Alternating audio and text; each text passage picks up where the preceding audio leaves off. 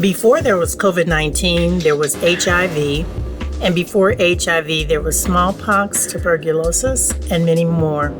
In fact, according to research by Catherine Wu, there are enough viruses on the planet to assign one to every star 100 million times over. I believe the number she used was 10 nonillion, or 10 to the 31st power for all of our math whizzes. Today, we will discuss the ever-present threat of viruses, the effectiveness of vaccines, where America and the world stands against our fight against COVID-19, and the fear of potential variant strains.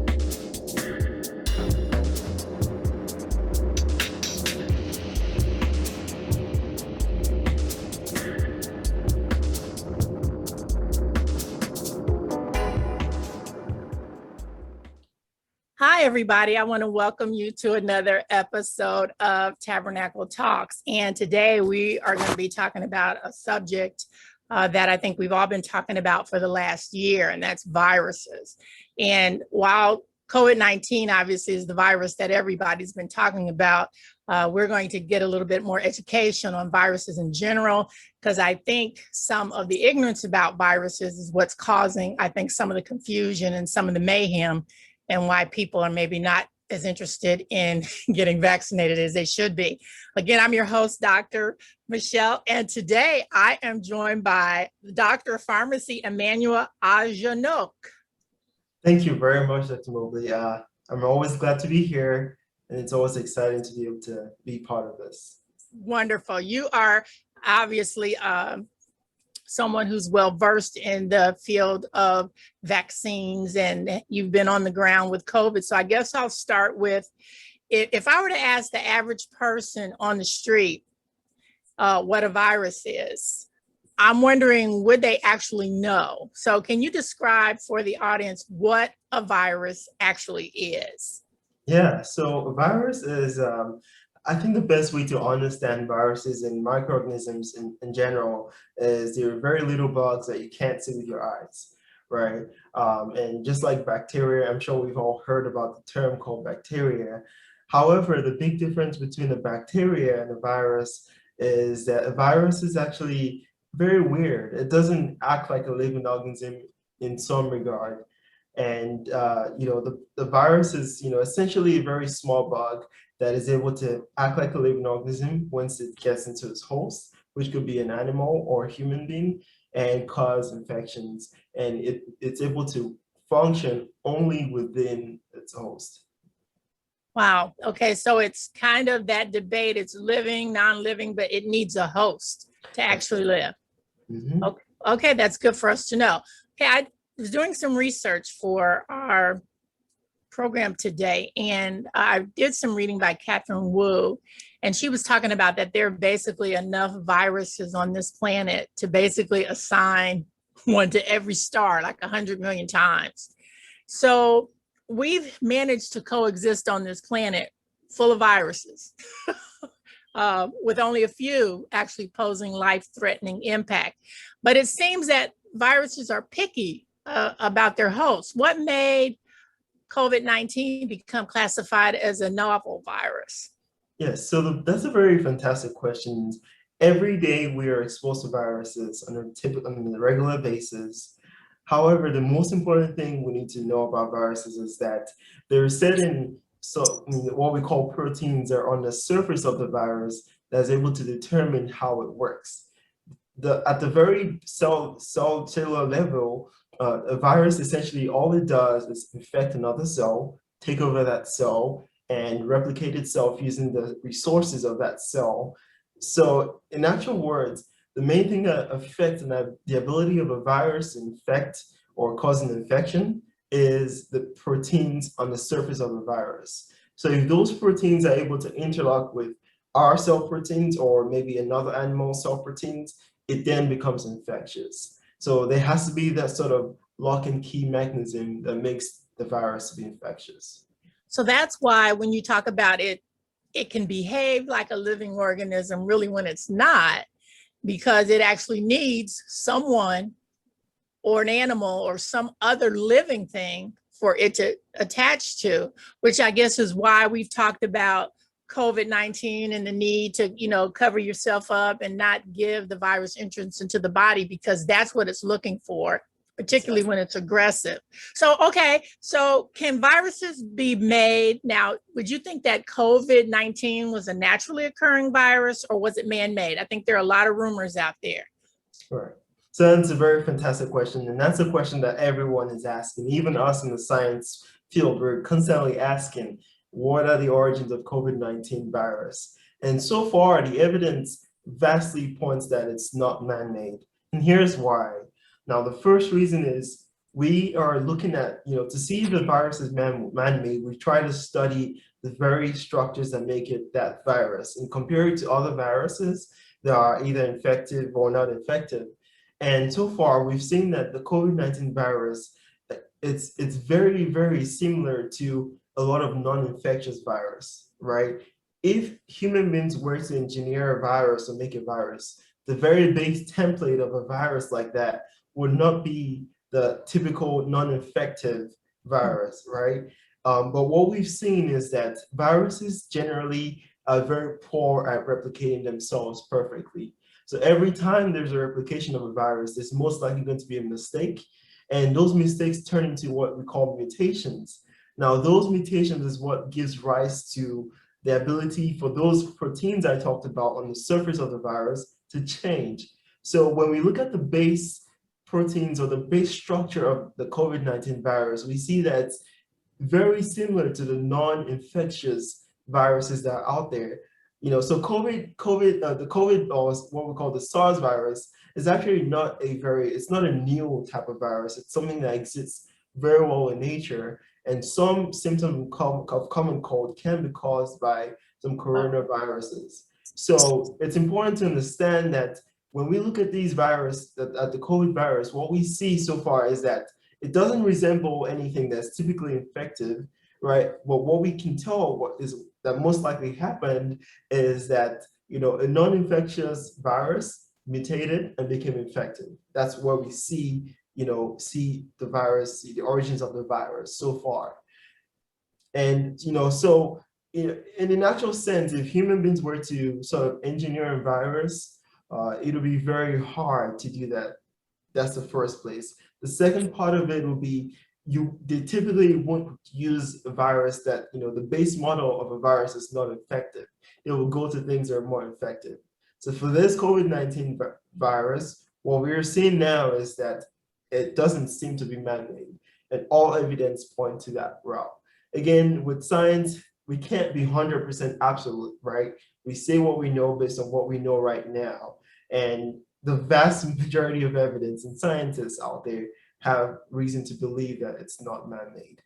So that's one of those phantom theories that I think people are chasing and posting on the internet, and of course causing a lot of angst from people, because people just want to know where this came from. Although we've been having viruses that just show up for centuries. I mean, this has been happening. So this isn't a new thing that a virus now is showing up, because we certainly know about the Spanish flu of 1918. That certainly showed up. And we know that is something that happens. Okay, now I know I guess I looked at the CDC website earlier this month, and about 146 million Americans have been fully vaccinated. So that's about 44% of the population.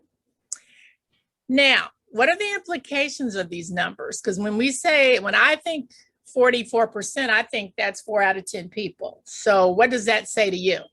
Yeah, it's a couple of things. The first thing is that we're clearly not where we ought to be, to get to the point where we achieve herd immunity. And, initially when the pandemic started, our target for herd immunity was about 60 to 70%. And as we see the virus starting to sort of expand, the bar for herd immunity also goes higher. And right now, a lot of scientists are looking at the numbers at 80%. And the reason why this is so critical, and there are two things that are critical in vaccination rate. The first one is how many percentage of those who are more likely to be prone to hospitalizations when they get COVID are vaccinated. So that's the key thing here. So if most of those, the elderly folks, people that have uh, other comorbidities like diabetes and other, disease states that have been shown to worsen the outcome of COVID-19 virus, we see that a lot of those people have been vastly protected. Now, not all of them, still a good number of people have not been fully protected. So it shows that there's a lot of work to do. However, I'm very optimistic that a good amount of the vulnerable population have been vaccinated and been protected. Nonetheless, there are still implications of the numbers in our society.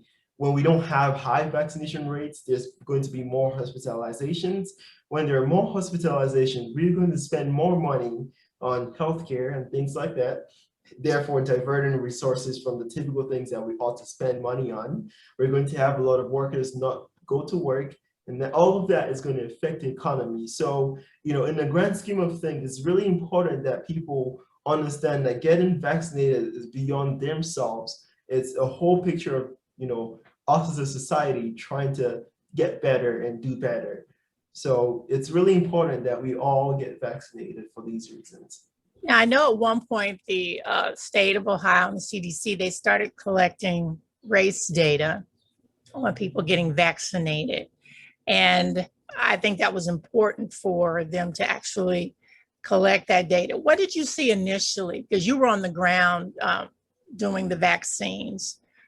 Did you see that people in underserved communities and underrepresented groups just simply were not getting on board to take the vaccines? Yeah, so that was the biggest thing that we saw. Very, very huge pushback against the vaccines, especially in our community that we serve here in Dayton. However, it's getting better, but it's not where it should be. We still have a really long way to go.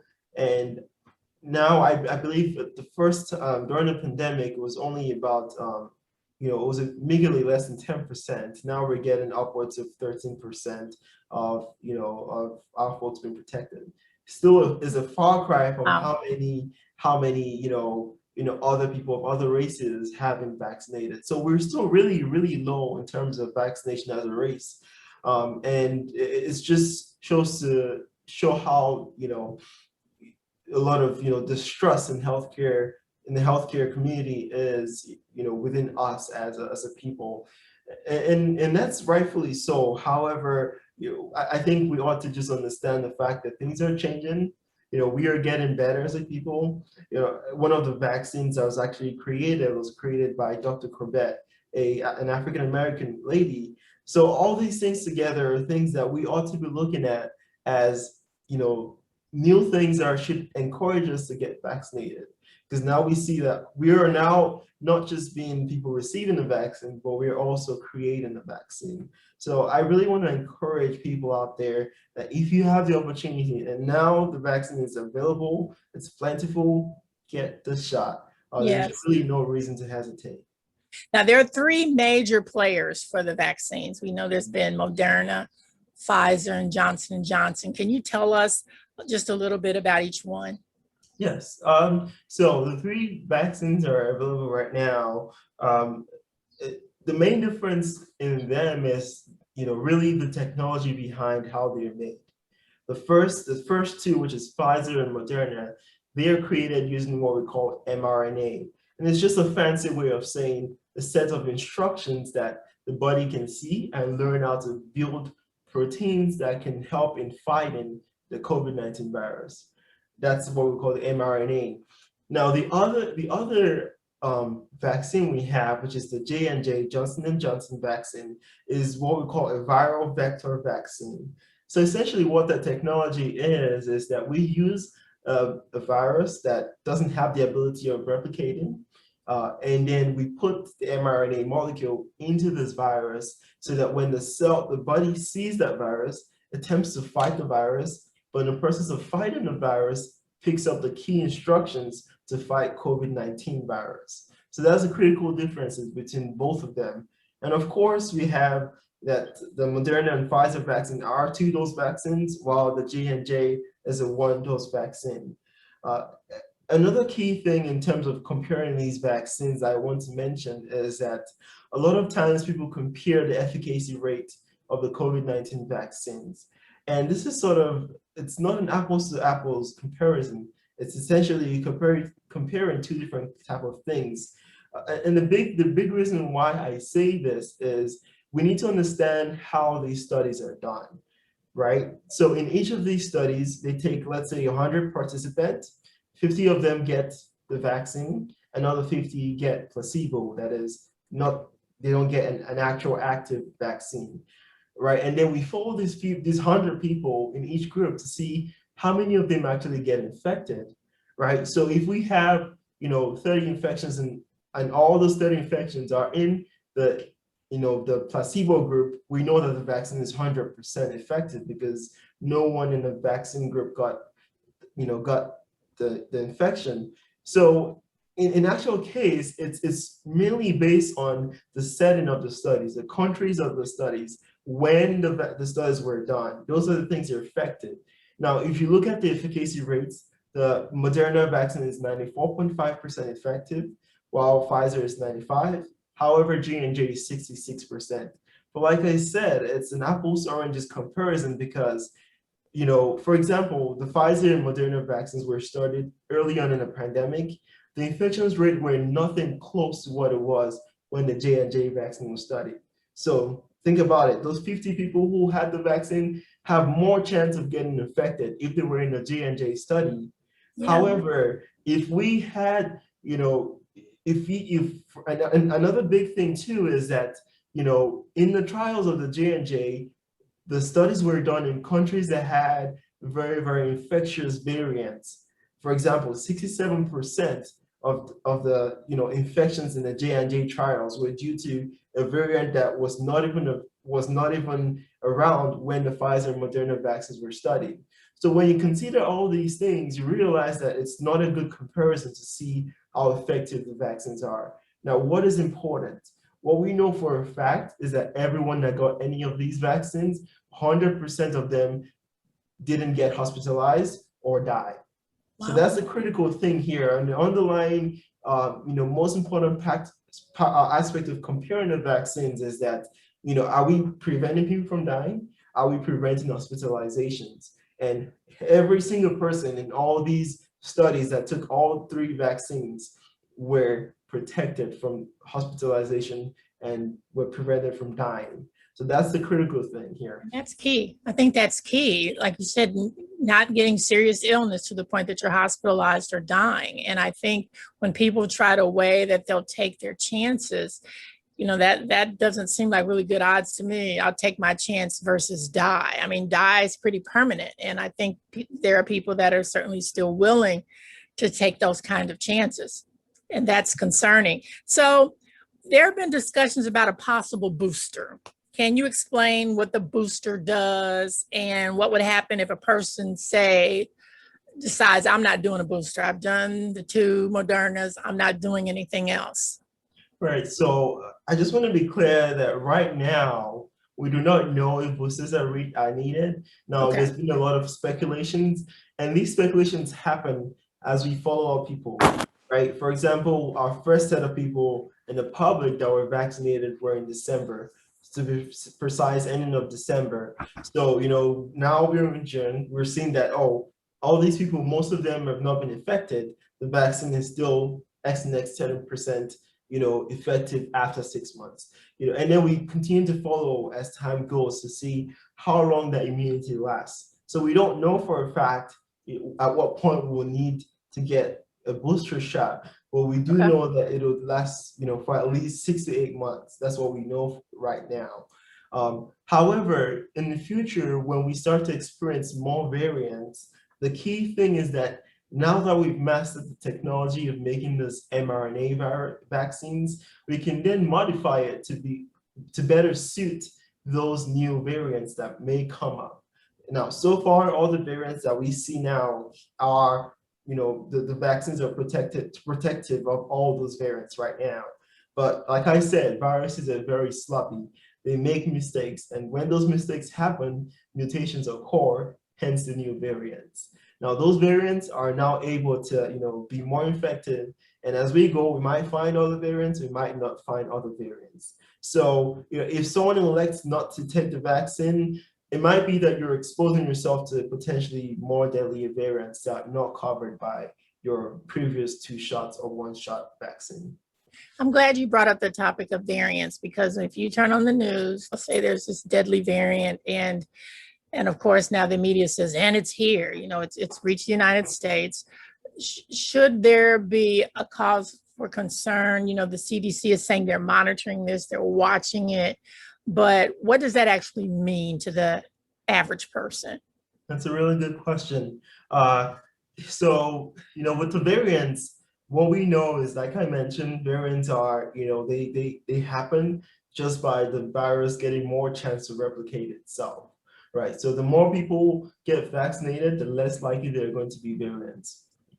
However, when variants happen, essentially a variant is, and this is kind of similar to my explanation the last interview, was that, think of a variant as, the virus now, instead of having just, a classic shoe, decides to put on a runner's shoe and can run faster. Little things like that that can enhance the variant or the virus to be able to be more effective. That's what a variant typically means. However, when we're creating those vaccines, we target parts of the virus that don't change or are less likely to change, right? So, the vaccines right now, we're targeted in those parts that do not really change. So we know that the vaccines right now, with the variants you're seeing, are very protective. However, on a personal level, just understanding that, you getting vaccinated goes a long way, because then the virus doesn't have that chance to create that different variant that might happen. Hey, now you've been on the ground since day one, giving vaccinations, and this is probably not a fair question, but I really do want to know, how many people do you think that you have personally vaccinated? Oh, that's a really good question. If I'm to give a conservative estimate, I'll say I've probably given somewhere around the 3,000 shots Wow. because I was very fortunate to work at Six, and we were able to work with our local public health departments and partner with them to vaccinate individuals that are within the MRDD population. So I took a big chunk of those vaccinations, and I vaccinated a lot. I was so happy to be part of that, because a vaccine in one arm is potentially a life saved or a hospitalization prevented. So for me, it's beyond just the goal of how many numbers I hit, but it's really just the ability to save lives, and I'm really grateful to have been able to do that. Wow, it's life changing. That'll be something you tell your grandchildren, that you were around during a pandemic and what impact you had. And I think you and the team at Zix were just pretty instrumental and phenomenal in being right on the forefront to provide those life-saving and enhancing supplies and supports to people. And I saw you advocate for people, so I know that what I'm saying is true. So what would you say is now that still the biggest apprehension? I mean, we've seen deaths, we've seen people that will be permanently disabled because of COVID-19, but there are still people that have that apprehension. What would you say is still causing that? That's a really good question, and I can only say based on what I see in my practice and the people I encounter. But one of the biggest things is people not wanting to get the shot because of the incentives. Now, incentives is supposed to be a way to make people understand the importance of getting the vaccine, or making them having the motivation to get the vaccine. However, I have seen a few people come to me and say, well, they seem to be doing too much for us to get these vaccines. I don't trust it because they're doing way too much. It sounds strange, but it's actually happening. A few people start to distrust the legitimacy of the vaccine because of that reason. And it's just unfortunate, and I do my best to try to clear the facts versus false. And another thing too, people are exposed to a lot of theories, a lot of false information on the internet. And it's a whole wormhole that the more you bite into one bit, the deeper it takes you into that wormhole to learn a lot of false facts and things that are just not true. And those are the big reasons, or biggest reasons why I found people who are apprehensive about the vaccine. Also, people who feel like they're younger, they don't have medical conditions that make them, more susceptible to getting hospitalized with when infected with the virus. So I think all these things sort of play into fact, but my own point of view, it might be different from any other healthcare professional and what they're seeing on the grounds. So it'll really take a whole perspective, summarized view of some sort to capture exactly the reasons why people are getting apprehensive about the vaccine. So why do you think, I know that the state has opened up, we're no longer in a state of emergency, and a lot of the businesses are returning to business as usual. And it's going to be really hard to keep COVID in the forefront of people now because they think everything's back to normal. And I know we're using this honor system that, people who haven't been vaccinated should, have their masks on. Why is it important for people to be mindful when it comes to COVID-19? Because like you said, this honor system of, if I've had my vaccinations, I can walk around without a mask. If you haven't, you're supposed to wear a mask, but we don't know the difference because we can't ask. So it's kind of odd to me that we're all just trusting everybody. And I think that's what we have to do. But how are we going to keep people mindful that this is still deadly? Yeah, that's a really good question. As a matter of fact, I would even argue that it's those who got vaccinated are most likely to wear masks, and those who did not get vaccinated are going to not wear masks. But at the end of the day, we respect people's personal freedoms, and they have to be able to make their choice to do that. However, one of the things I just want to emphasize is that nothing man-made or nothing even in science is 100%. There's still a chance. No matter how little, there's still a chance. Now, understanding what the efficacy of a vaccine means is very important to you, because if I say a vaccine is 95% effective, it doesn't mean if 100 people got exposed to the vaccine, that 5% of them would get infected. That's not what it means. It means on a personal level, every time you get encountered with getting infected, you are 95% not likely to get the virus. Right? So what that means is that if you're able to reduce your exposure to getting the virus by using typical common sense measures, you're even more protected because you're preventing yourself from getting exposed to the chance of getting exposed to the virus. So typical things like washing your hands, typical usual healthy hygiene methods are very good. Washing your hands are often cleaning and disinfecting surfaces, especially in your areas that you constantly come in contact with. Avoid staying in poorly ventilated places or crowded places. And when you cough, make sure you shield your cough in some way, shape, or form to protect others too. So I think that even though we're getting to the point where we're getting freer and we're able to do more things, let's still be mindful that nothing is 100%. You can still do a lot to prevent yourself from being infected with COVID. Well, Emmanuel, you're just like a walking encyclopedia. And I thought that the first time I heard you present information on COVID. And I want to give you the last word, because I think, what do you think is really important that we leave people with in the audience if they're sitting there thinking, wow, I'm still not vaccinated? So this is one thing I would say, the COVID-19 virus is still very real. The rates of infection are increasing, even though the rates of vaccination is decreasing. So I would encourage you, even though you feel like you're safe, you're not most likely going to, fall sick or really ill from getting the virus.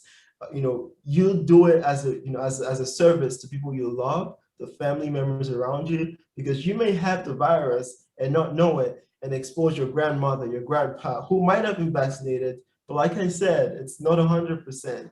They still have a chance of getting the COVID-19 virus infection, even from you. So I think it's really critical that you do that service, you do that get your shot as a service to those who you love and those around you. And it's really important you do that. For those who cannot protect themselves, do your own part to make sure you protect them, even if you feel like it's not going to be as much use to you.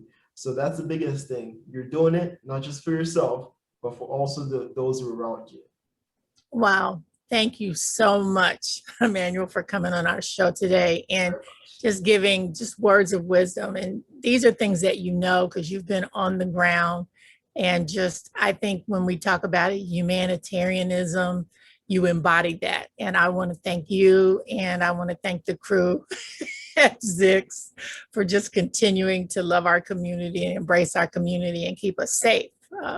Because you were on the ground first telling us how important this is, and we appreciate that, and you're still doing that. So I'm going to implore anybody out there, if you're still hesitant about whether you should take the vaccine and you want to talk to somebody, we're going to give you the number to Zix, if that's okay for us to leave the number for and we offer walking vaccinations too. Oh, wow. 10 to 6 o'clock every weekday, just walk in and get vaccinated. Wonderful. Okay, then I'm going to make sure I put your phone number and contact information on so people know that it's not over. It's not too late. They can still get vaccinated. That's right. Thanks for coming on Tabernacle Talks. Thank you very much. Okay.